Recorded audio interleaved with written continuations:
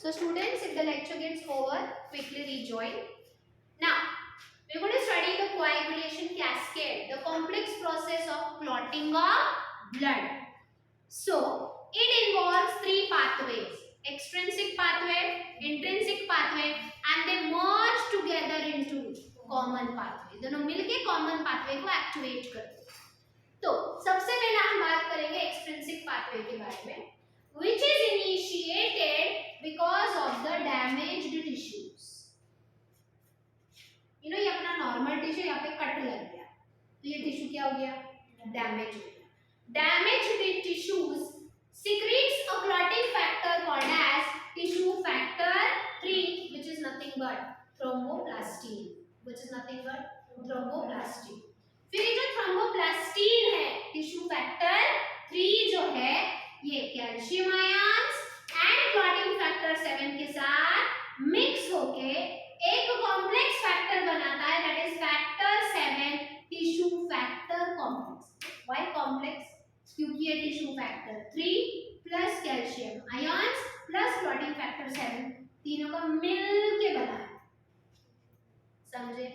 मतलब फैक्टर 7 में जो factor 3 and calcium ions combine हो जाते हैं, तो फैक्टर 7 जो पहले नॉर्मल था, अकेला था, अब वो कॉम्प्लेक्स फैक्टर 7 होता है.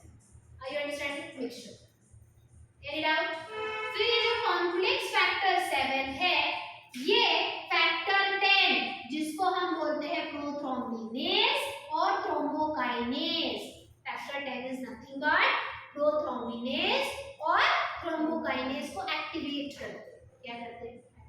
मतलब अगर टिश्यू डैमेज नहीं है तो फैक्टर 10 डीएक्टिवेटेड होता है. It doesn't do it's job. समझ में आया? ओके. तो इज इट एक्सट्रिंसिक पाथवे, क्योंकि टिश्यू में से ही ऑपरेट हो रहा है, बाहर के सेल्स. बट प्लेटलेट्स और अंदर होते हैं, यू नो, ब्लड वेसल्स के भी अंदर. तो जहां पे टिश्यू डैमेज हो गए, वहां पे जो थिन कैपिलरी वेन्स या आर्टरीज है वो भी क्या हो गए? ब्रेक डाउन, डैमेज हो गए, जिनमें से प्लेटलेट्स बाहर निकलेंगे. So these platelets at the damaged part, at the site of wound injury, ये जो मैंने रेड पेन से निकाले ना, ये platelets. The platelets produces activated proenzyme which is called as factor 12, जिसको हम Hegeman's factor बोलते हैं. Check in the table आप given factor 12. Hegeman's factor को रिलीज कौन करते हैं? Platelets at the site of injury. Platelets at the site of injury. समझ में आया? फिर ये जो फैक्टर 12 है, ये किन के साथ कंबाइन हो जाता है? Platelet factor 3.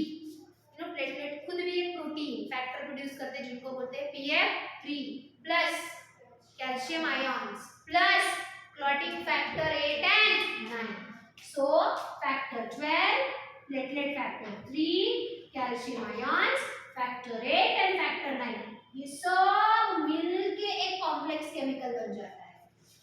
और उस कॉम्प्लेक्स केमिकल को फिर बोलते हैं फैक्टर 10 एक्टिवेटर कॉम्प्लेक्स. तो ये जाके वापस किसको एक्टिवेट करेगा? तो extrinsic pathway and intrinsic pathway दोनों को मिलके एक ही काम करना है. जो फैक्टर 10 डीएक्टिवेटेड है, सोया उसको उठाना है. Do your job. समझ में आया? Any doubt? Extrinsic pathway and intrinsic pathway, everyone understood? Those who are online? Yes, ma'am. अब बात करते हैं कॉमन पाथवे के बारे में, जहां पे फैक्टर 10 इज एक्टिवेटेड ना. फैक्टर 10 का नाम क्या है?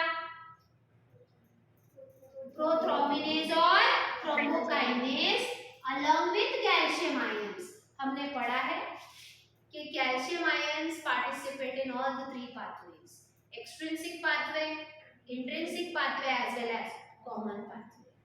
So the activated factor 10, that is prothrombinase, along with calcium ions converts inactive prothrombin into active thrombin. Then the activated are the plasma proteins. Prothrombin and fibrinogen, are they both plasma proteins? Can you tell me prothrombin is which factor? See the table. factor 2 and fibrinogen is which factor? Factor 1. समझ में आया? ये है factor 1 जो inactivate है, inactive है. अब fibrinogen को active fibrin में कौन कन्वर्ट करता है? थ्रोम्बिन. समझ में आया? जैसे ही फाइब्रिन एक्टिव हो, मतलब क्या? Inactive fibrinogen is soluble in a soluble state. ये प्लाज्मा के वाटर में डिसॉल्व होता है. जैसे मिल्क में भी प्रोटीन्स होते हैं, मिल्क के प्रोटीन्स डिसॉल्व स्टेट में है, लेकिन वही मिल्क जब दही बन जाता है तो प्रोटीन जैसे थिक होके निकल के आते हैं. वैसे ही फाइब्रिनोजेन डिसॉल्व स्टेट में जब इनएक्टिव है, जैसे थ्रोम्बिन ने उसको एक्टिवेट किया वो इनसॉल्युबल हो जाता है. क्या हो जाता है? मतलब ऐसे धागों के जैसे दिखने लगता है. Can you see? It becomes insoluble thread like fibers which forms a net, a mesh, a network. Do you see here this network? जिसमें कौन क्लॉग होते हैं. क्लॉग मतलब अटक जाते हैं platelets. and do they form a clog? A leakage is sealed. इधर leak झालं होतं, ब्लीडिंग होत होतं, ते सील झालं, बंद झालं. समझ में आया? Any doubt? So in this way, the bleeding process is stopped. Any doubt? Any doubt? सबको समझ में आया डिटेल में ये प्रोसेस? ओके, पहले रिजॉइन करते हैं, then will continue.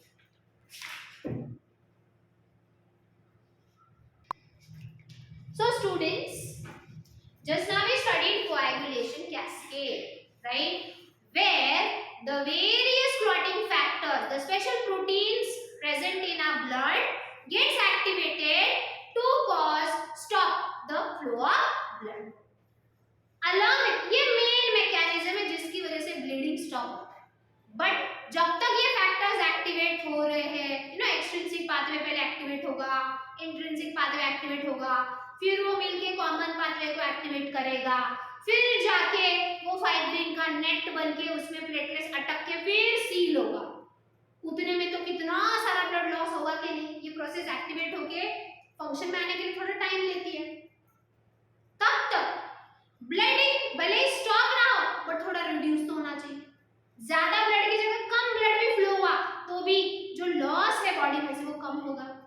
So along with coagulation cascade, मतलब coagulation cascade begin होने से पहले दो मैकेनिज्म बॉडी में स्टार्ट होते हैं eight the site of injury. जैसे मेरे हाथ के ऊपर कट लग गया, इधर ब्लीडिंग हो रहा है, कोएगुलेशन प्रोसेस स्टार्ट होने से पहले और दो बॉडी में प्रोसेस स्टार्ट हो जाते हैं इधर at the site of injury, at the site of bound. What those two processes are? Vascular spasm. मैं इसको 2 दे रही हूँ, actually it should be number 1 and along with that only platelet plug. ये दोनों immediately एक्टिव होते हैं at the site of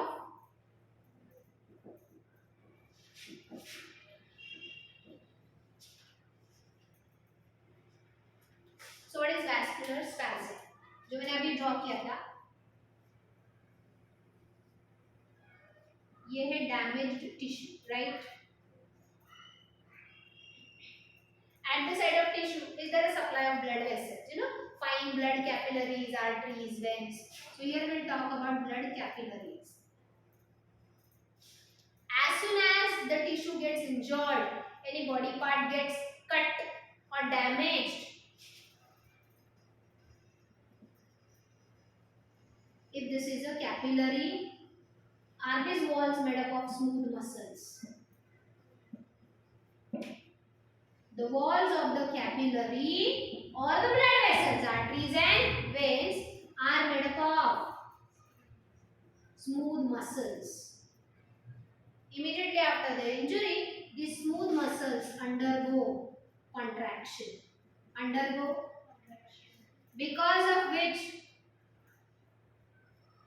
what do you see? Is the diameter reduced? The diameter of the blood capillaries decreases, so the flow of blood also decreases. Completely seal झालं का, blood बाहेर येणं बंद झालं का, कमी झालं, right. At the same time, there are some platelets, they clog here, collect here and try to seal the damage. When it is a very small injury, the platelets can completely seal it off. Platelet plug means collection of platelets, group of platelets.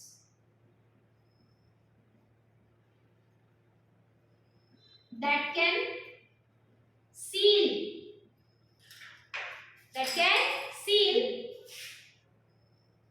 small blood vessels, right. जैसे कि यहाँ पे ये एक capillary है, ये दूसरी capillary है, ये तीसरी कैपिलरी है, ये कोई तो बड़ी इतनी वेसल है, इसको तो सील कर सकता है ना ये बड़ी platelet plug. So vascular spasm and platelet plug help to reduce the flow of blood. And the third one, coagulation cascade completely stops the flow of blood. Again under certain condition, जैसे कि damage या injury है वो अगर minor है, if it is a deep cut, a very big injury, then medical treatment only can completely stop the flow of blood. समझ में आया? Any doubt? So here we are done with blood cells. हम circulation chapter जो पढ़ रहे हैं उसमें हमने सबसे पहला ब्लड ये टॉपिक स्टार्ट किया ना, body fluid, extra cellular fluid and intracellular fluid. अब एक्स्ट्रा सेलुलर फ्लूइड में blood is one of the body fluid, extra cellular cell के बाहर, ब्लड वेसल्स के अंदर. Now blood cells that is RBCs, डब्ल्यूबीसीज and platelets studying is done. Now let us talk about our blood group. Do we have same type of blood group or we have different types of blood group? Can you tell me which are the 4 types of blood group, main types? A, B, O, AB. ये main type है. उनके सब type positive है, जैसे कि A positive है, O positive O, right, RH factor. तो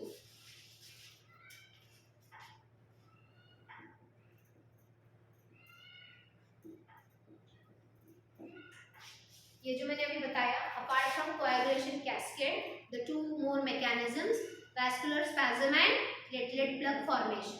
इसका मैं फोटो ग्रुप पे भेज दूंगी. वो डायग्राम कंप्लीट करने के बाद ये 2 पॉइंट उसमें ऐड करो. Clotting of blood, okay. Then start a new point. The blood group systems are of many different types. PQ blood system, MN blood group system, ABO blood group system, Bombay blood group system, बहुत सारे. उसमें से हमें पढ़ने के लिए कौन सा है? ABO blood group system, okay.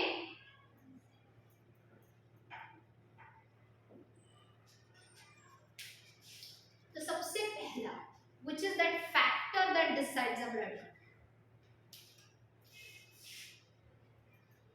Antigens, that is special proteins. अपनी बॉडी में बहुत अलग अलग टाइप के स्पेशल प्रोटीन, जैसे हमने अभी एक प्रोटीन्स पढ़े, वो क्या है? क्लॉटिंग फैक्टर्स है. अब जो मैं बात कर रही हूँ प्रोटीन्स, वो क्या है? एंटीजेंस है, जो हर सेल की सेल मेम्ब्रेन के सरफेस पे प्रेजेंट होते ही है. शायद आपने कोविड-19 का टेस्ट सुना है, शायद नहीं सुना है, एंटीजन टेस्ट. इसके एंटीजन टेस्ट पॉजिटिव है, उसकी नेगेटिव है. हाँ, very good, very negative. What is antigen test? Student, जो कोविड का वायरस है, अब वो सेल नहीं है, फिर भी वो पैथोजन है एक टाइप का, उसकी जो प्रोटेक्टिव कवरिंग है उसको हम सेल मेम्ब्रेन नहीं बोलते, क्योंकि वो सिर्फ और सिर्फ प्रोटीन का बना. हम सेल मेम्ब्रेन कब बोलते हैं? जब वो लिपिड एंड प्रोटीन का बना, जब वो लिपिड एंड प्रोटीन. लेकिन वायरस की कवरिंग सिर्फ, लेकिन फिर भी उसके उस कवरिंग पे भी स्पेशल प्रोटीन है. मींस आई वांट टू से, अगर ये बॉडी सेल है, ये है सेल मेम्ब्रेन, सेल मेम्ब्रेन के सरफेस पे ये जो स्पेशल प्रोटीन्स है, दे आर कॉल्ड. तो हमारा जो ब्लड ग्रुप है, हमारे ब्लड में कौन से 3 टाइप के सेल्स है? RBCs, WBCs and platelets. So students, especially the antigens, that is the special proteins present on the surface of RBCs. मतलब अगर ये अपनी रेड ब्लड सेल है उसके सरफेस पे, मतलब उसकी सेल मेम्ब्रेन पे जो स्पेशल प्रोटीन है वो डिसाइड करते हैं अपना ब्लड कौन से टाइप का। यहाँ तक समझे? So students, I said antigens means proteins and proteins are produced with help of gene sequence. मतलब मेरी बॉडी, चलो मेरा ब्लड ग्रुप ए है, तुम्हारा ब्लड ग्रुप ओ है। मेरा ब्लड ग्रुप ए है क्योंकि मेरे आरबीसी के सरफेस पे एंटीजन ए है। क्या है? इसलिए मेरा ब्लड ग्रुप क्या है? ए। सपोज तुम्हारे सरफेस पे एंटीजन ही नहीं है तो वो होता है blood group O, zero, no antigen on the surface. समझ में आया? अगर किसी का ब्लड ग्रुप बी है तो उसके आरबीसी के सरफेस पे कौन सा एंटीजन होगा? एंटीजन। हर ये स्पेशल प्रोटीन का स्ट्रक्चर अलग अलग होता है। स्ट्रक्चर तो अगर किसी के आरबीसी के सरफेस पे एंटीजन ए भी है और एंटीजन बी भी है, ब्लड ग्रुप क्या होगा? So understood? The antigens present on the surface of RBC, not WBC, not platelets. On the surface of RBC, decides our blood. ये और डिटेल में पढ़ते हैं, अभी सिर्फ ये समझने का मैंने शॉर्ट में बताया। तो students, every antigen which is a protein, is it encoded by a gene? मेरे बॉडी में एंटीजन ए प्रोड्यूस करने वाला जीन है, इसलिए मेरे बॉडी में एंटीजेंस है, इसलिए मेरा blood group A. So there are 3 alleles of the genes of the blood group. What are alleles? Different types of genes controlling the same character. Different types, different varieties of the genes controlling the same character. देखो, gene है और blood group के gene को आई gene बोलते हैं। क्या बोलते हैं? आई जीन। अगर वो जीन आई ए है तो मेरे आरबीसी के सरफेस पे कौन सा प्रोटीन प्रोड्यूस होगा? एंटीजन। अगर मेरी बॉडी में आईबी जीन है तो मेरे आरबीसी के सरफेस पे कौन सा प्रोटीन प्रोड्यूस होगा? आई अंडरस्टैंडिंग? लेकिन अगर मेरी बॉडी में आईओ जीन है जो एंटीजन ही प्रोड्यूस नहीं करता, ओ जीरो, एंटीजन ना ए है इसके सरफेस पे ना बी है, तो मेरा ब्लड ग्रुप क्या होगा? समझ में आ रहा है? So the production of antigens on the surface of RBCs, is it under the control of a gene? Which type of gene is present in my body? Right? तो उसका एक देख लेते हैं। यहाँ तक समझ में आया? Yes, ma'am. Genes controls the production of antigens on RBCs, right?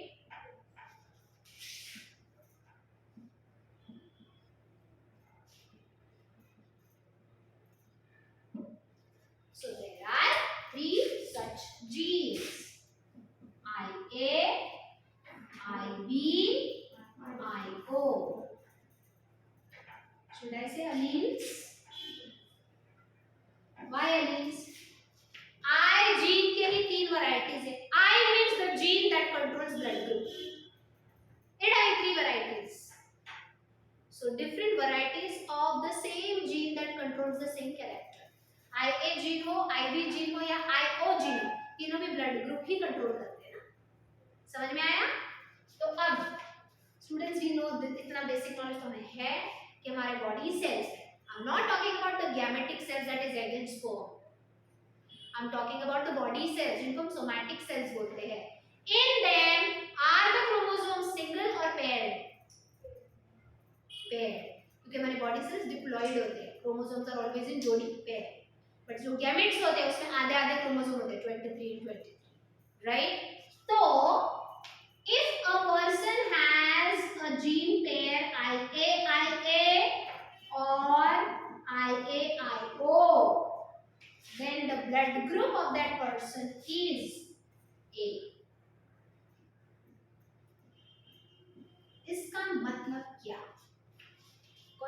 Gene dominant है? IA दोन्ही सारखेच आहेत, त्यामुळे ते स्वतःला एक्सप्रेस करणार. बट IA एंड IO में किसने अपने आप को एक्सप्रेस, वो क्या है? मोर पावरफुल डोमिनेंट जीन है. IO is recessive gene. ये इतना पता है, मेंडल्स मोनोहाइब्रिड डायहाइब्रिड क्रॉस पढ़े. अगर किसी का जीन कॉम्बिनेशन IB और IO है, हमने अभी पढ़ा IO क्या है? रिसेसिव जीन है, तो ब्लड ग्रुप क्या होगा? IB. ऐसा ब्लड ग्रुप होता है. I means gene that gives the blood group, A और B और O. तो ये हो गया. तो स्टूडेंट्स, यहाँ पे हमें ये भी पता चला कि blood gene IB is also dominant, क्योंकि वो भी IO को एक्सप्रेस होने नहीं दे रहा है, वो अपने आप को एक्सप्रेस कर रहा है, राइट? तो जब ये दोनों एक साथ आएंगे,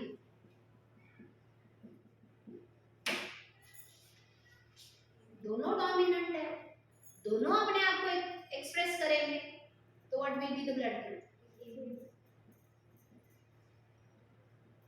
तो क्या ऐसे जीन्स को कोडोमिनेंट जीन्स बोलते हैं? कोडोमिनेंट मिलके अपने आप को एक्सप्रेस करे, ना वो पीछे हट रहा है ना वो, चल दोनों जाते हैं. समझ में आया?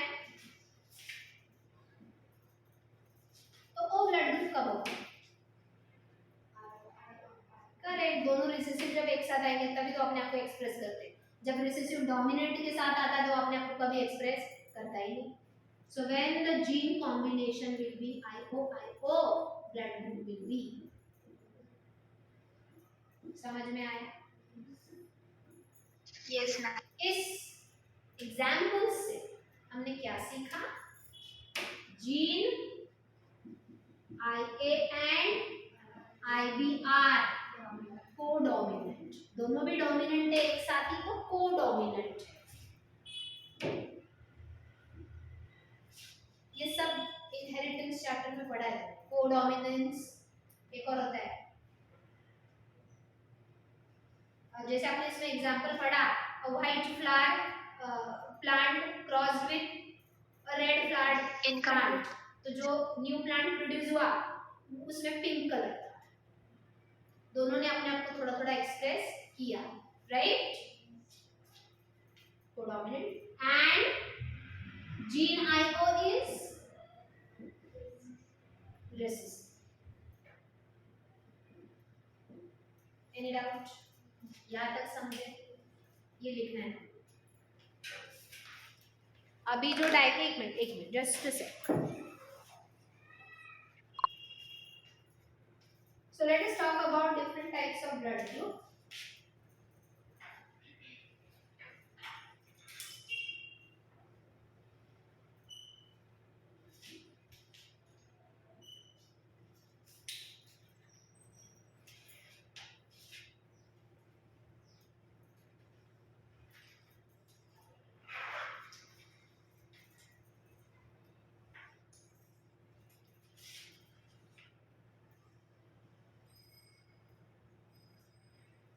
Students, I am drawing it with free hand. Make sure जब आप ये diagram draw करोगे तो you draw the equal size and length of the boxes. 5 by 5 के निकाल.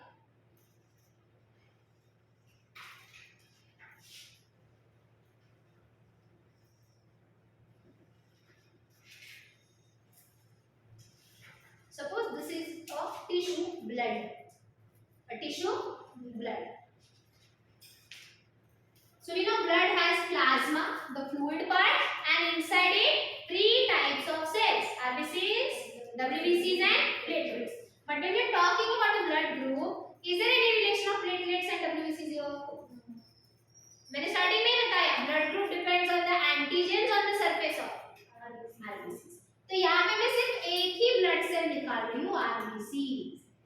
ओके, ब्लड में तीनों टाइप के सेल होते हैं, बट हम ब्लड ग्रुप के बारे में बात कर रहे हैं तो we are interested in RBC only, red blood cell.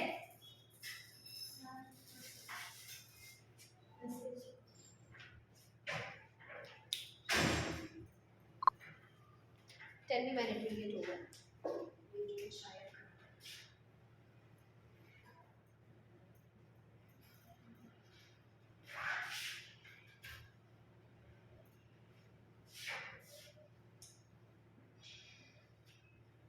Student बाहर का जो फ्लूइड है ये क्या है?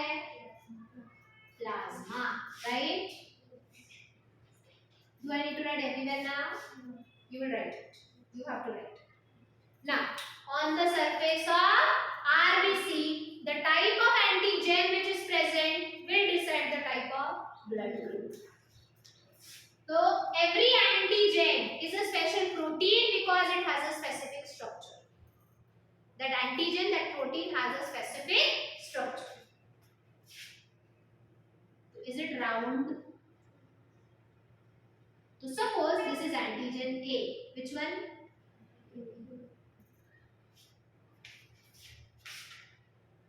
Is it arrow-like? So, suppose it is antigen B. What it is? And when this RBC has both A as well as B. Are you understanding? And this RBC has no antigens on its surface. चलो फटाफट बोलो blood group.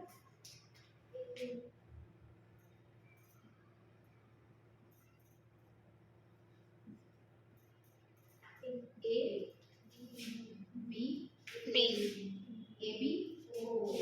O. Very good. Again.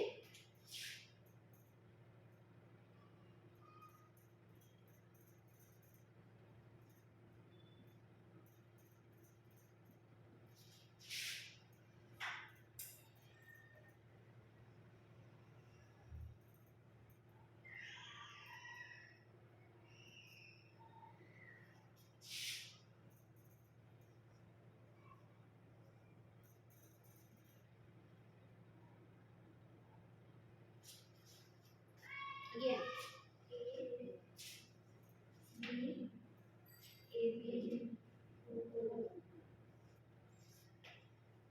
Apart from this, to tell me, antigen A is produced due to IAG. Very good. Antigen A, जो मैं निकाल रही हूँ round, right?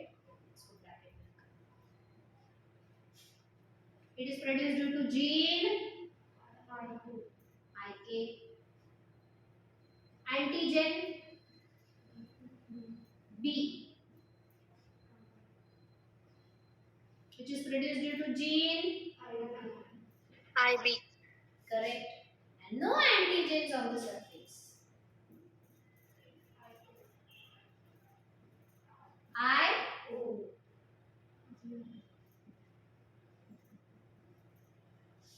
Now, there is one more antigen if present on the surface of RBC. It is called as RH factor. What it is called as? RH factor. That is antigen D.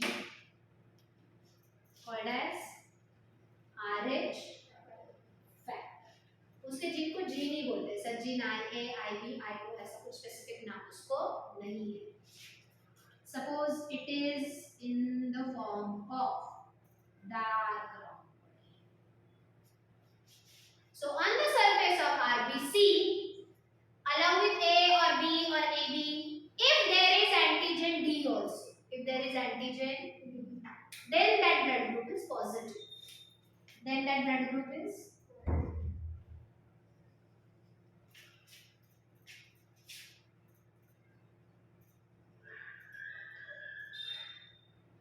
so what is this blood group now? And this? It doesn't have antigen D, so it is A. क्यों मैंने इतना निकाला समझ?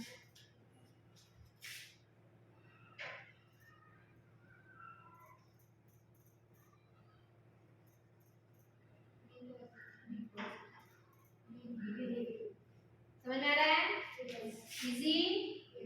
अब इस पे antigen A भी है, एंटीजन B भी है, एंड एंटीजन D भी है.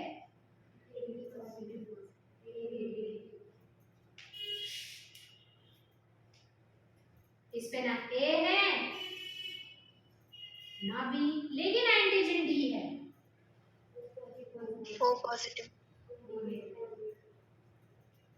समझ में आया? Any doubt?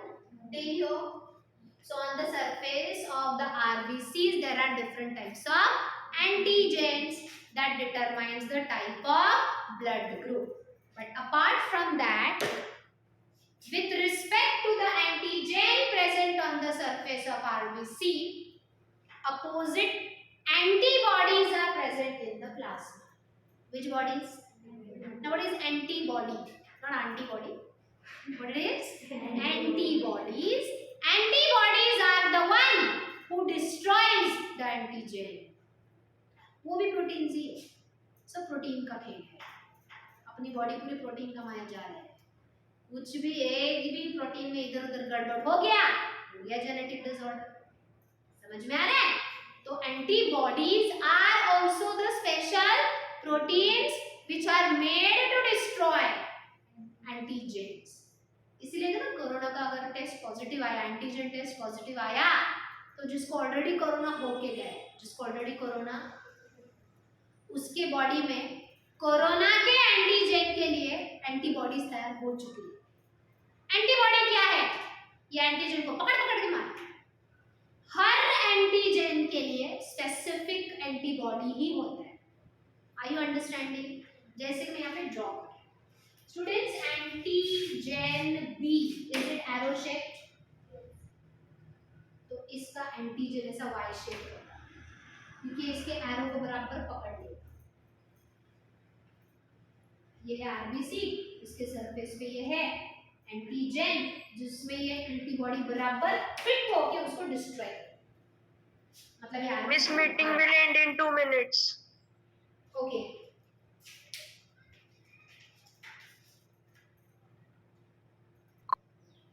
So we were studying naturally for antigen A and antigen B, the antibodies are itself present in the plasma of the blood, but opposite antibodies. अगर यहाँ पे एंटीजन A है तो एंटीबॉडी क्या होगा? ताकि वो इसके साथ फिक्स लॉक होके इसको डिस्ट्रॉय ना करे. अपने आरबीसी इसको मारते करेगा राइट. अपने आरबीसी को मार के क्या करना है? लेकिन गलती से अगर तुम्हारा ब्लड ग्रुप क्या है? ए, एंड तुमने ब्लड ग्रुप लिया बी. तुमने जब ब्लड ग्रुप बी लिया तो बी के जो एंटीजेंस है उसको अपने बॉडी के एंटीबॉडीज क्या करेंगे? अटैक करेंगे, डिस्ट्रॉय करेंगे. That is called that the blood is not matching. Students, antibodies naturally हमारे बॉडी में बहुत सारे एंटीबॉडीज है ताकि हमारे बॉडी में कोई भी फॉरेनर घुसा जो हमारे बॉडी के अलावा है, हमारे बॉडी का कोई नहीं, तो उसको डिस्ट्रॉय कर सके. समझ में आया? ओके. तो जब भी कोई बैक्टीरिया घुसता है, वायरस घुसता है, उनके सरफेस में भी एंटीजेंस होते हैं. तो हमारी इम्यून सिस्टम दैट इज डब्ल्यूबीसीज क्या प्रोड्यूस करने का काम करती है? एंटीबॉडीज. बराबर उसके एंटीजन के शेप का एंटीबॉडी बना के पकड़ पकड़ के मारती है. समझ में आया? ओके.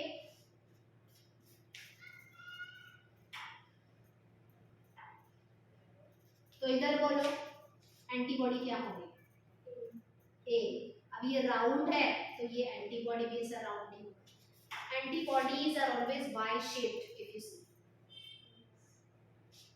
ये भी वाई शेप्ड है, ये भी कर्व्ड वाई शेप ही है.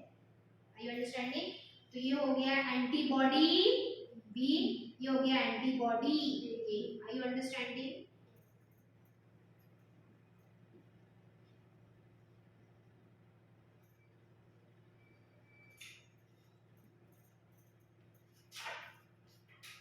तो यहाँ पे होंगे antibody B, sorry A in the class. तो क्या यहाँ पे एंटीबॉडी ए एंड बी होंगे क्योंकि यहाँ पे एंटीजन ए भी है और एंटीजन बी भी है, दोनों भी antibodies. So A B blood group has no antibodies in plasma क्योंकि अगर इसमें एंटीबॉडी बी होंगे तो बी एंटीजन को डिस्ट्रॉय करेंगे. इसमें एंटीबॉडी ए होंगे तो ए एंटीजन को डिस्ट्रॉय करेंगे, तो इसमें दोनों भी नहीं होते। Remember for antigen D. So I said the antibodies are there only for antigen A and antigen B. Naturally होता ही है plasma, but for antigen D naturally no antibodies are produced in plasma. No antibodies are present in plasma.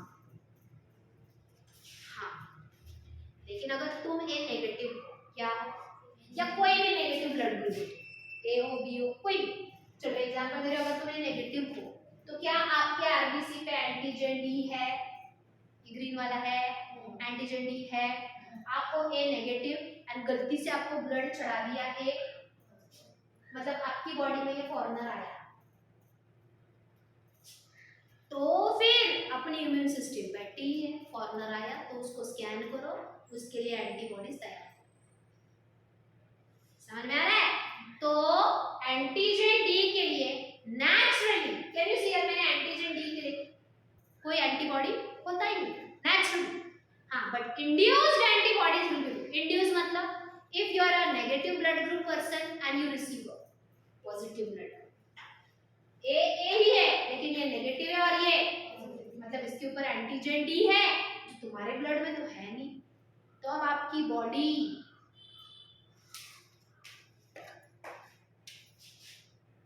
Antibody D तैयार करेगी, क्या तैयार करेगी, and फिर जो तुमने ब्लड रिसीव किया उसको धड़ाधड़ किल करेगी, कुछ फायदा?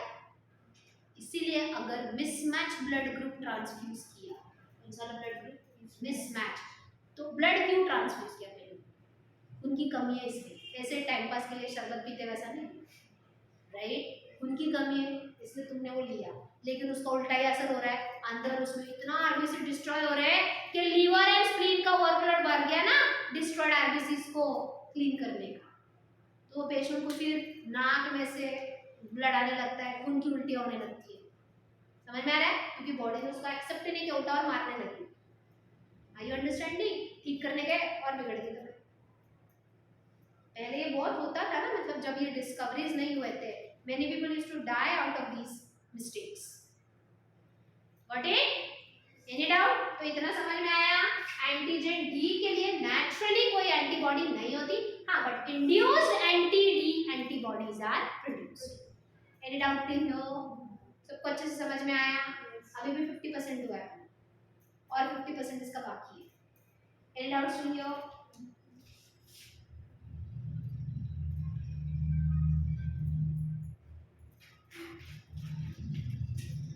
But induced anti-D antibodies are produced. अब induce का मतलब समझे?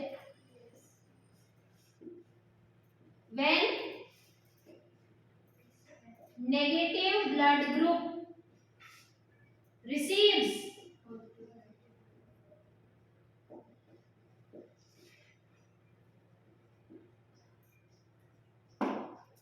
any doubts?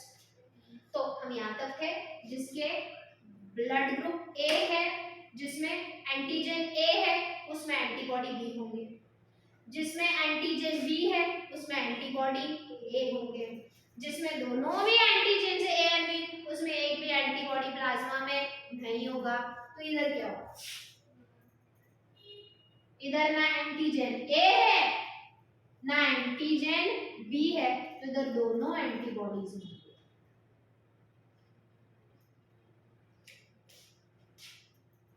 सी ना, यहाँ पे कौन सा एंटीजन नहीं है इसलिए एंटीबॉडी बी है, यहाँ पे कौन सा एंटीजन नहीं है इसलिए एंटीबॉडी ए, तो यहाँ पे ना ए एंटीजन है ना बी, तो दोनों एंटीबॉडीज होंगे ना, समझ में आया?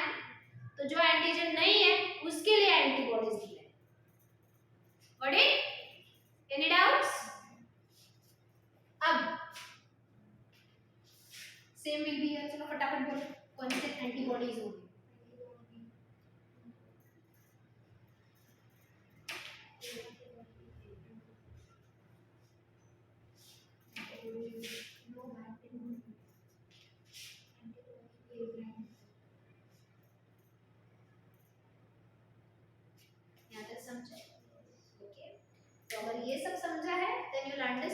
HDL,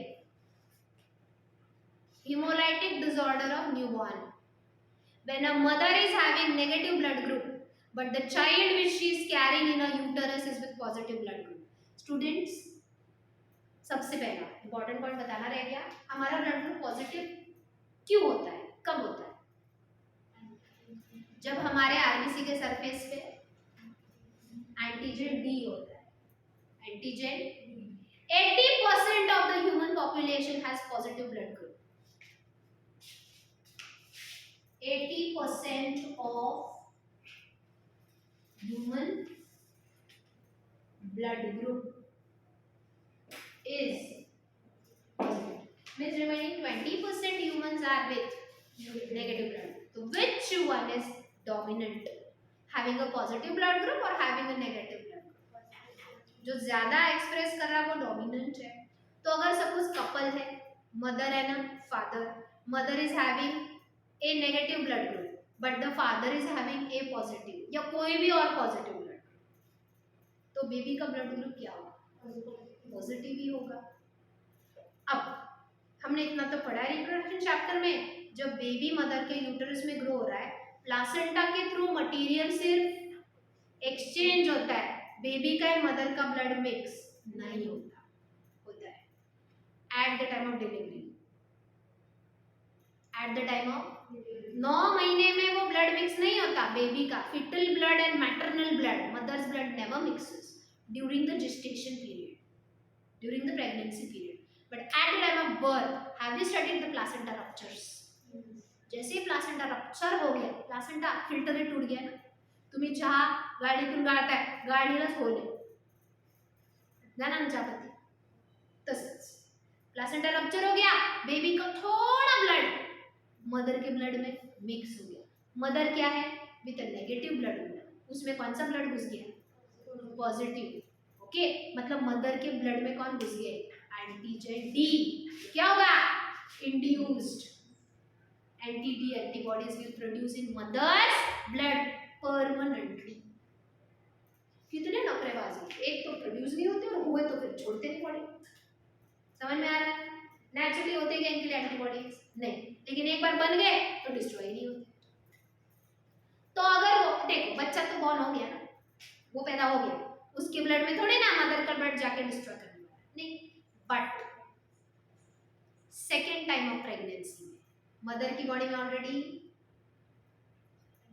एंटी-डी एंटीबॉडीज तैयार हो चुके हैं पोस्ट डिलीवरी के वक्त. अब सेकेंड बेबी भी ऑब्वियसली क्या होगा? पॉजिटिव, क्योंकि father is with positive blood group, mother is with negative. तो फादर का ब्लड ग्रुप डोमिनेंट है, पॉजिटिविटी वाला, तो सेकेंड प्रेगनेंसी का बेबी भी क्या होगा? पॉजिटिव ब्लड ग्रुप का होगा. अब सेकेंड प्रेगनेंसी में प्रॉब्लम आएंगे. Antibodies can cross the placenta, not the blood but antibodies can cross the placenta and can enter into fetus body. And will it start destroying the fetus positive blood group cells? So that is called as hemolytic disorder of newborn. Mostly जब delivery होती है, delivery के बाद I said mother and baby का blood थोड़ा mix होता है, तो मदर बॉडी के बहुत सारे एंटी-डी एंटीबॉडीज उस सेकेंड बेबी में जाते हैं, एंड फिर वो जो न्यूबॉर्न पैदा होता है उसमें धड़ाधड़ उसकी बॉडी में जो एंटी-डी एंटीजेंस है उसके आरबीसीज को डिस्ट्रॉय कर. So it haemolysis, destruction, breaking of RBCs, HDN, hemolytic disorder of newborn. अब इसके लिए बेबी क्या करेगा? उसकी बॉडी के आरबीसीज कम हो रहे, तो वो अपना बोन मैरो, अपना लीवर एंड अपना स्प्लीन तीनों को यूज करके और बहुत सारे आरबीसीज बनाए. नेचुरल है, जो बॉडी में कम है बॉडी अपने आप उसको प्रोड्यूस करना शुरू कर देती है. That is called more and more number of erythrocytes produced in the newborn's blood. That is called erythroblastosis fetalis. erythroblast मतलब इतने erythrocytes ब्लास्ट होकर प्रोड्यूस हो रहे एंड वो बेबी की डेथ कॉज करेंगे. fetalis means death. अब कैसे? उसकी बॉडी में जब आरबीसी बहुत ज्यादा प्रोड्यूस होंगे तो क्लॉटिंग फैक्टर्स एक्टिवेट हो जाएंगे ना, जरूरत से ज्यादा ब्लड भी अच्छा है. समझ में आ रहा है? That can cause clotting in the baby's body. बहुत सारे ब्लड वेसल जो ब्रेन को, किडनी को ब्लड सप्लाई करे, वो क्या हो जाएंगे? Block, will the baby die. समझ में आ रहा है? एंड एक और चीज होगी, लीवर को दोनों काम करना पड़ रहा है उसके। जो डेड आरबीसीज है उनको डिस्ट्रॉय करो, एंड जो आरबीसीज कम पड़ रहे हैं उनको प्रोड्यूस भी करो। लीवर डैमेज हो जाएगा, इसलिए ऐसे बेबी को जॉन्डिस होता है, कावीळ। ज्या बाळाला जन्मता कावीळ होते त्याच्या मागे हे एक रीजन असतं। समझ में आया? Not only that reason but हे एक रीजन असतं। Any doubts here? बट ये सब तब होगा जब पहले डिलीवरी के वक्त पॉजिटिव बेबी का ब्लड नेगेटिव मदर के ब्लड में मिक्स होगा, होगा ही होगा। उसके बाद मदर के बॉडी में ब्लड में क्या प्रोड्यूस होंगे? Anti D antibodies, but it takes 24 hours. Baby का ब्लड मदर के ब्लड में मिक्स हो गया, पॉजिटिव ब्लड नेगेटिव ब्लड में मिक्स हो गया, मदर के ब्लड में एंटी-डी एंटीबॉडीज प्रोड्यूस होंगे, बट आफ्टर 24 आवर्स। तो 24 घंटे के अंदर मदर को अगर एक इंजेक्शन दिया, रोगैम डी, कौन सा इंजेक्शन?